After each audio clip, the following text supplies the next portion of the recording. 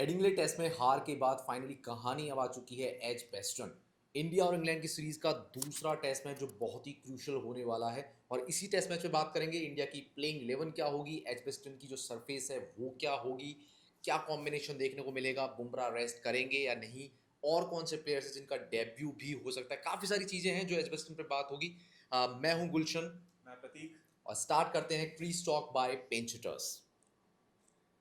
या सो मैं पर्सनली बताऊं कि एजबैस्टन, जिसको इंग्लैंड का मतलब फोर्ट्रेस माना जाता है, it's going to be very uphill task for India, क्योंकि यस, एजबैस्टन को बहुत ड्रेडेड पिच माना जाता है वहाँ का।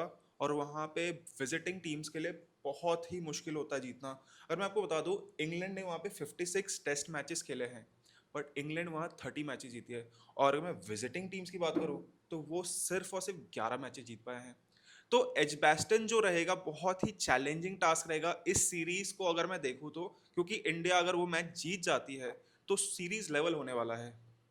डेफिनेटली। और क्योंकि फोर्ट्रेस वाली चीज़ें वैसे पहले भी आई थी, हमें याद है कि वो गाबा में जो घमंड हमने तोड़ा था, तो शायद हो सकता है कि वो कहानी दोबारा से दोहराई जाए। लेकिन हाँ, सीरीज़ के लिए बहुत इंपॉर्टेंट है प्रतीक, क्योंकि ये टेस्ट मैच यदि आप हारते हो तो फिर आप पे प्रेशर बहुत ज़्यादा हो जाएगा, क्योंकि फिर नेक्स्ट टेस्ट मैच में कहीं ना कहीं आप एक मोमेंटम के साथ नहीं जा पाएंगे। हाँ, एक्चुअली मतलब इंडिया का प्रॉब्लम ये है कि इंडिया अब तक वहाँ पे 8 बार खेली है और एक बार भी जीत नहीं पाई है। और मैं मतलब बहुत पुराना, मैं 1960-70s की बात नहीं भी हम्म। करूँ तो वो 8 टाइम्स में, अगर इस रिसेंटली इस डिकेड की बात करूँ, मतलब लास्ट यस। 2 डिकेड्स की, तो इंडिया 3 बार खेली है। That is in 2011, 2018 and 2022। But जो सबसे ह्यूमिलेटिंग डिफीट था वो 2011 का था। मतलब इंडिया फर्स्ट इनिंग्स में, मुझे याद है मैंने मैच देखा था, 224 रन बना पाई थी। टॉप ऑर्डर ने फायर नहीं करा था क्योंकि वहाँ का बॉलिंग हम फेस नहीं कर पा रहे थे। बट इन रिस्पॉन्स इंग्लैंड अपने ही फर्स्ट इनिंग्स में 710 रन मारती है एंड एलिस्टर कुक 294 रन मारते हैं। इंसिडेंटली वो किसी भी प्लेयर का उस ग्राउंड पे हाईएस्ट इंडिविजुअल स्कोर है। इंडिया वो मैच बुरी तरीके से हारती है। एंड मतलब 2018 का भी सिमिलर स्टोरी था, बट इतना बड़ा लेकिन लॉस नहीं था। सीरीज 2011 में हम हारे। 2018 में मुझे याद है जो एक अच्छा नॉक 151 का खेला था विराट कोहली ने फर्स्ट यस। इनिंग्स में, एंड उन्होंने टेलेंडर्स के साथ ना कंट्रीब्यूशन करते हुए पारी को आगे बढ़ाया था। लेकिन ये था कि वो जो शुरू में जो एरर्स हुए थे, हमने शायद वो लीड शुरू में दे दी, वो मेंटेन नहीं कर पाए, और हमारा बैटिंग कॉलेप्स बहुत ज़्यादा जल्दी होता है। वहाँ पर विराट कोहली जो है बहुत गलत आउट हो गए लास्ट मोमेंट पे। आई थिंक 49 उन्होंने किए थे। तो 2018 में हम बहुत पास आके आ रहे हैं प्रतीक, सिर्फ 31 रन से आ रहे थे, चेस करते करते। ये वो एडिलेड वाला सीन हो गया था हाँ हमारे हाँ, वो साथ। एडिलेड वाला हो गया था। बट वही बात है कि विराट कोहली अभी नहीं है, बट विराट कोहली को बता दूं कि for an Indian hmm. 4 innings में उनके 231 रन हैं वहाँ पे, which is highest for any yes. Indian batter उस ग्राउंड पे।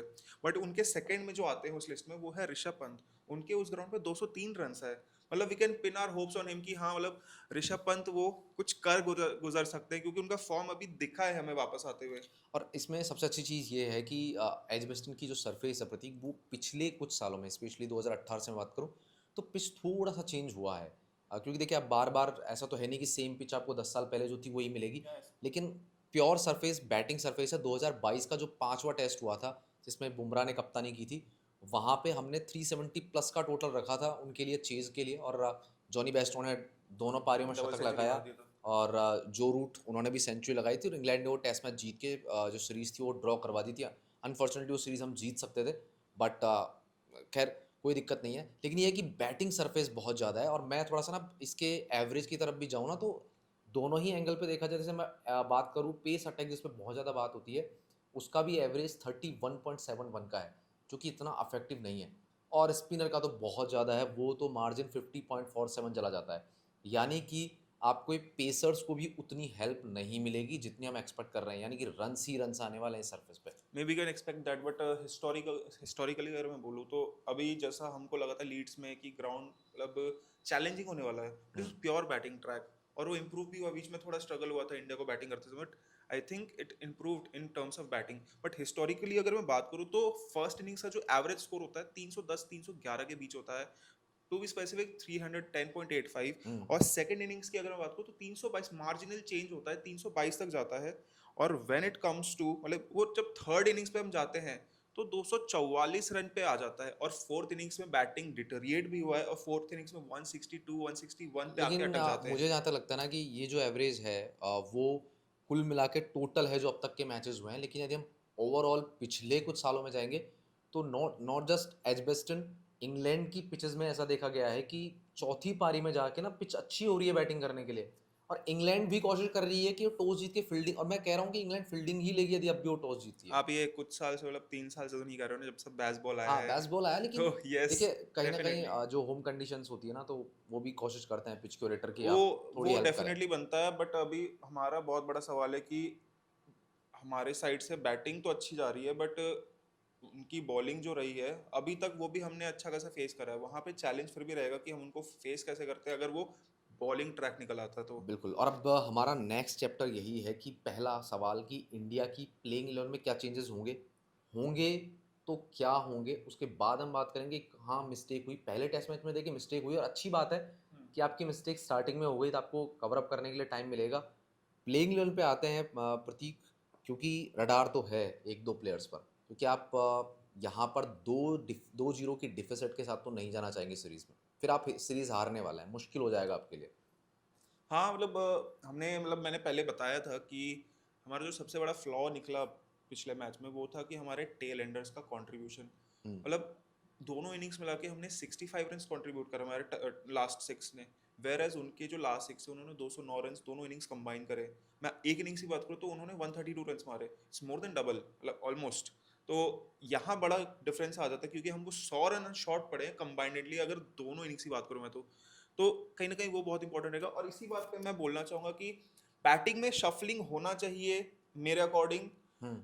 क्योंकि हमने देखा कि शार्दुल ठाकुर ने ज्यादा कुछ किया नहीं, तो हम पॉसिबिलिटी है कि हम शायद एनकेआर को, मतलब नीतीश कुमार रेड्डी को भी यस। मौका दे सकते हैं। बट शार्दुल ने वो जो 2 विकेट्स लिए हैं उन्होंने एक मेरिट क्रिएट कर लिया। हाँ, देखिए। बट बैटिंग में मैं उनसे इंप्रेस नहीं था, that there has been slide decline.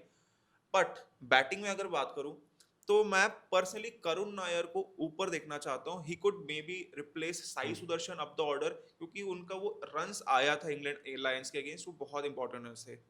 और सबसे बड़ी चीज़ ये है ना कि आपने साई सुदर्शन को डेब्यू करवाया, लेकिन आपने डायरेक्ट एक ऐसी पोजीशन पे रखा जिसकी बात मैं पहले भी मैंने की थी अपनी वीडियो में, कि आपने नंबर 3 पर खिलाया, if I am not wrong. अब स्टार्टिंग में आप खिला रहे हो किस पोजीशन पे? जिस पोजीशन पे द्राविड और पुजारा जैसे प्लेयर खेले हैं, डेफिनेटली। वहाँ पे आपको एकदम से आप एक्सपोज़र नहीं दे सकते, और वही दिक्कत आती है इस सीरीज़ में। लेकिन ये एजबेस्टन पिच अच्छी है बैटिंग के लिए, लेकिन आप जो लगातार मोमेंटम के साथ आ रहे हैं वही अच्छा करेंगे, जैसे कि केएल राहुल ने किया, ऋषभ पंत ने फ़ायदा उठाया, यशस्वी जायसवाल ने किया, तो वो इसलिए था कि वो रिदम उनका बना हुआ है। बाकियों ने क्यों स्ट्रगल किया, ये बड़ा सवाल होता है। खैर, प्लेइंग 11 की बात अब करते हैं। बुमराह पर तो सवाल होंगे, अभी देखते हैं कि क्या होते हैं, कि उन्हें रेस्ट करना चाहिए या नहीं करना चाहिए। हम तो करेक्ट। कहेंगे कि नहीं करना चाहिए, जिस तरह की तेज़ गेंदबाज का जो औसत है वहाँ पर, क्योंकि 31 का औसत यदि तेज़ गेंदबाजी का, इसका मतलब वहाँ पे एक अच्छे गेंदबाज का होना ज़रूरी है। इनसे तो डेफिनेटली कुछ नहीं होने वाला, और स्पिनर्स को तो आप रोल उनका तो भूल ही जाइए। ये मतलब एंडरसन, जेम्स एंडरसन उनकी साइड से उनका यहाँ पे रिकॉर्ड बढ़िया बढ़िया है, हुँ। बट हमने देखा फर्स्ट टेस्ट में वो एक स्पीयर हेड बॉलर उनके पास नहीं है। हुँ। जो विकेट्स ले रहे हैं वो बेन स्टोक्स ले जा रहे हैं, दोनों इनिंग्स में हुँ। उन्होंने वही किया। यूजुअली हम देखते हैं कि स्टुअर्ट ब्रॉडर जैसे, जेम्स एंडरसन जैसे दिग्गज बॉलर्स होते हैं वो लीड करते हैं, but Chris Woakes and Ben Stokes के रहने से उनको ज्यादा बैट बॉलिंग में एडवांटेज नहीं मिल रहा है। तो वो हमें भी प्रॉब्लम होने वाला है अगर बुमराह नहीं खेलते तो। बिल्कुल, बिल्कुल, और यहाँ पे दिक्कत होगी, और दूसरी बड़ी बात है कि इंग्लैंड के पास जोफ्रा आर्चर आ रहे हैं, तो एटलीस्ट ये है कि उनके पास एक थोड़ा-सा पुश रहेगा। मैं ये नहीं कहूँगा कि जोफ्रा आर्चर के आने से वो एजबेस्टन में कमाल कर जाएँगे, रन्स बनेंगे। मैं अब भी कह रहा हूँ, रन्स दोनों ही टीमों की तरफ से एटलीस्ट 300 प्लस तो गारंटी के साथ जाने वाले हैं। बात ये है कि कौन ज़्यादा एक्सेलरेट करेगा, कौन ज़्यादा लंबा खेलेगा, जो लंबा स्कोर करेगा उसके चांसेस ज़्यादा बढ़ेंगे। मैं तो मतलब ये आर्चर के आने से ये तो एक्सपेक्ट कर सकता हूँ, आर्चर ने ज्यादा इंडिया के अगेंस्ट बॉलिंग नहीं करा इन टेस्ट यस, क्रिकेट स्पेशली। खेला भी नहीं उन्होंने टेस्ट लास्ट में उन्होंने ज़्यादा। जो खेला था इंडिया के अगेंस्ट खेला था अहमदाबाद में ही 4 साल या हाँ। पहले। तो उसके बाद उन्होंने इंग्लैंड में, इंडिया ने ज्यादा उनको फेस नहीं करा है। तो इससे उन मतलब उनका खेलना शायद इस सीरीज को थोड़ा मसाला भी ऐड कर सकता है। हाँ, मसाला लेकिन कुछ हेड टू ज़रूर। हेड देख सकते हैं इंटरेस्टिंग हाँ, से, वी कैन वो सी एक दैट। ज़रूरी पार्ट हो सकता है, लेकिन वही है कि अभी क्या सीन होने वाला है, क्योंकि अपडेट्स जो आ रही हैं कि आकाशदीप को मौका दे दिया जाए, वो देखना पड़ेगा। लेकिन आकाशदीप का नाम यदि आ रहा है, इसका मतलब बुमराह को नहीं खिला रहे हैं वो, क्योंकि मतलब कुछ ना कुछ तो ऑप्शन रहेगा यहाँ रिपोर्ट्स पे। का ये भी है कि 3 दीप को खिलाने की बात कर रहे हैं। मतलब 3 दीप कौन हो गए आपके, अर्शदीप हो गए। अर्शदीप अगर आते हैं तो एक बहुत एडवांटेज हो सकता है, हाँ। एक कुलदीप हो सकते हैं, कंसिडरिंग कि स्पिन कितना होता है, वो वहाँ की कंडीशंस, वहीं के आई थिंक मुझे नहीं मतलब लगता पिच कि रिपोर्ट्स की वजह से पता चलेगा हमें हाँ आजकल में। और आपके तीसरे दीप आकाशदीप है, तो we are not sure about him yet. Yes, पर मुझे लगता है कि कुलदीप की जगह नहीं बनती। कुलदीप यादव की जगह हम वो दिखेंगे, लेकिन वो जहाँ तक आपको ओवल में दिखेंगे या फिर लॉर्ड्स में दिखेंगे। ओवल में तो 200% कुलदीप यादव खेलने वाला है, ये मैं गारंटी दे रहा हूँ, क्योंकि वो प्योर स्पिन ट्रैक हो जाता है थोड़ा। यहाँ पे तो आपको कुछ है ही नहीं, यहाँ पे तो आपको बैटिंग अच्छी करनी पड़ेगी, और यहाँ पे थोड़ा सा ना इंडिया को थोड़ा सा तेज़ी से भी खेलना पड़ेगा, और स्पेशली जो टैलेंडर्स है ना, उनको रन्स करने पड़ेंगे। बैटिंग सरफेस है, ये वैसी सरफेस नहीं है कि आप रन्स नहीं कर सकती। यहाँ पे बनेंगे, यहाँ पे वही सेंचुरीज बनेगी, लेकिन वही है कि आप at the end of the day जहाँ पर आपके रन 550 होने चाहिए, वहाँ आप 465 471 स्कोर कर रहे हैं। उसके बाद दूसरी पारी में भी शायद आप एकदम से फिर कॉलैप्स कर गए, जहाँ पे शायद आपको 400 प्लस वी का आर टारगेट देना चाहिए। वेल, हम तो वेल पॉइज्ड थे, हम फिर अचानक से कुछ 20-30 रन के अंदर सारे विकेट्स गवा दिए, तो वही हुआ था। बट आप बैटिंग पे अगर एम्फोसाइज करें तो मैं पहले बता दूं कि वहां पे अगर जो रूट का by the way hmm, record बहुत बढ़िया है, मतलब उनके 70.76 के एवरेज से 920 रन आए हैं वहां पे, वो उनको बहुत थ्रेटनिंग बना सकता है हमारे लिए। तो बहुत इंपॉर्टेंट रहेगा कि बुमराह को खेलना इसलिए चाहिए क्योंकि हमने पहले भी बताया कि बुमराह डोमिनेट करते हैं जो रूट के अगेंस्ट। उन्होंने फर्स्ट टेस्ट में उनको फर्स्ट इनिंग्स में आउट किया था, यस। क्लीन, मतलब उन्होंने एकदम स्वीपर ले लिया उनके हम्म, अगेंस्ट। तो बहुत मैटर करेगा कि बुमराह अगर खेलते हैं तो मैच कितना चेंज होता है। डेफिनेटली इसलिए भी बुमराह का रोल बहुत इंपॉर्टेंट है, और हम इस पे एक प्रॉपर एक शॉट भी अपलोड करने वाले हैं, एक्सप्लेन करने के तौर पे कि कितना फटीग हो सकता है, क्या शेड्यूल है, क्योंकि बहुत अच्छा है। और देखिए, ये पूरा प्रॉपर एक प्लानिंग के साथ किया जाता है। इंग्लैंड ने जो पूरा शेड्यूल रखा, उन्होंने चला के पहला मैच जो है हेडिंगले में रखा, फिर एजबेस्टन में रखा। वो नहीं चाहेंगे कि शुरू में ही मोमेंटम दे देंगे कि ओवल में मैच रख दिया, वहाँ पे स्पिन करेक्ट होता है। करेक्ट तो करेक्ट। उस हिसाब से देखने बात दिलचस्प होगी, लेकिन यहाँ बुमराह यदि नहीं होते हैं तो प्रेशर बहुत नहीं बहुत ज़्यादा होगा, जो खासकर इस पिच पे जहाँ पे बुमराह तक स्ट्रगल कर सकते हैं तो स्टार्टिंग के अंदर। फाइनली मतलब व्हाट अकॉर्डिंग टू यू, मतलब अगर हम लेट्स से शार्दुल को ड्रॉप करते हैं या फिर हम हम्म, करुण नायर को ऊपर प्रमोट करते हैं, हाँ। साई सुदर्शन को रिप्लेस करते हैं उनसे, तो एक बीच में गैप आने वाला है, तो who do you think should come? Dhruv Jurel एक ऑप्शन है, या नीतीश कुमार रेड्डी को आना चाहिए? मुझे लगता है कि नीतीश कुमार रेड्डी को वो कंसिडर किया जा सकता है, क्योंकि आपके पास एक फटीग वाला सीन भी क्लियर हो जाएगा।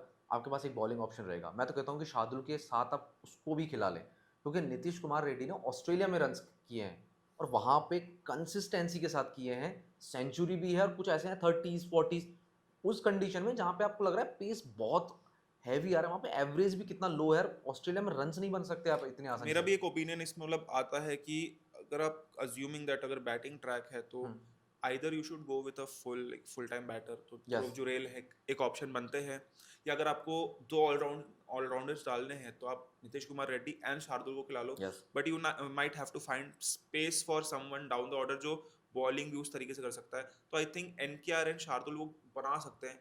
बट ध्रुव जुरैल को मौका मिलना चाहिए कि नहीं मिलना चाहिए? आपका एक फाइनल टेक। या फिर मैं यहाँ पे फिर यही सोचूंगा कि फिर मैं देखूंगा कि क्या जडेजा की भी जगह बनती है, क्योंकि एग्जैक्टली। पॉइंट है यहाँ पे। क्योंकि आप एज अ बॉलर, आप जो है स्पिन का कॉम्बिनेशन तो बिल्कुल आपको पता है कि नहीं मिल हेल्प ही नहीं मिलने वाली है। तो आप फिर प्योर बैटर ही खिलाएं। मैं नहीं कहता कि जडेजा अच्छे बैटर नहीं है, वो हैं, लेकिन फिर भी एक तौर पे वो ऑलराउंडर ही हैं। बैटर बैटर होता है, तो क्या पता हम जुरैल को ये मौका दे दें, एग्जैक्टली। और शायद वो रन कर दें, क्योंकि बैटिंग उनका भी स्ट्रॉन्ग जा रहा है। तो वो एक कॉम्बिनेशन बन सकता है। वहां पे यदि आप जुरैल को नहीं भी खिलाएं तो ठीक है, फिर आप साई सुदर्शन को रखें टीम में, कोई दिक्कत नहीं है। काफी सारे तो रिपोर्ट्स एक आते ऑप्शन ऐसे बन आते रहेंगे, सकता है। बट हमें पता है कि इंडिया का जो प्लेइंग 11 है वो यूजुअली आखिरी दिन या कुछ घंटे पहले आता है, तो बहुत सारे अभी रिपोर्ट्स आएंगे कि ये कौन प्लेयर खेलेगा कौन नहीं खेलेगा। बाकी तो इंग्लैंड में कोई चेंजेस मुझे नज़र नहीं आ रहे हैं। ये ज़रूर है कि जोफ्रा आर्चर आ रहे हैं, पर हाँ, वो कोई बहुत तगड़ा मेजर सेटबैक नहीं होने वाला है। थोड़ा सा बस हेल्प मिल सकता है इंग्लैंड को। यदि नई गेंद से आप विकेट चटका देते हो तो वेल एंड गुड है, बट बुमराह यदि नहीं खेलते हैं तो एडवांटेज फॉर इंग्लैंड। और ये सीरीज़ डिफाइनिंग टेस्ट है, क्योंकि फिर बुमराह को आप कब रेस्ट कराएंगे? जब सीरीज़ आप हाथ से निकल जाएगी तब कराएंगे, तो फिर वो तुक नहीं बनता। या सिंपल एज दैट। करेक्ट। इस बीच में वॉकिंग रेट को थैंक्स बोलना चाहूंगा for being a content partner in this. उनके आप आर्टिकल्स पढ़ सकते हैं, बहुत ही अच्छे से वो एक्सप्लेन करते हैं, थरली बताते हैं, और भी सारे स्टैट्स बेस्ड आर्टिकल्स होते हैं। You can go to their website, हम डिस्क्रिप्शन में डाल देंगे, www.walkingwicket.com। बाकी इंग्लैंड एंड इंडिया के सीरीज को फॉलो करते रहने के लिए आप हमारे यूट्यूब चैनल सब्सक्राइब कर सकते हैं। डेली शॉर्ट्स आएंगे, बेसिक एनालिसिस आएगा, हेड टू हेड मैचअप्स आएगा, एंड बहुत इंटरेस्टिंग न्यूज़ आएगा। सब्सक्राइब कर लीजिएगा। Thank you.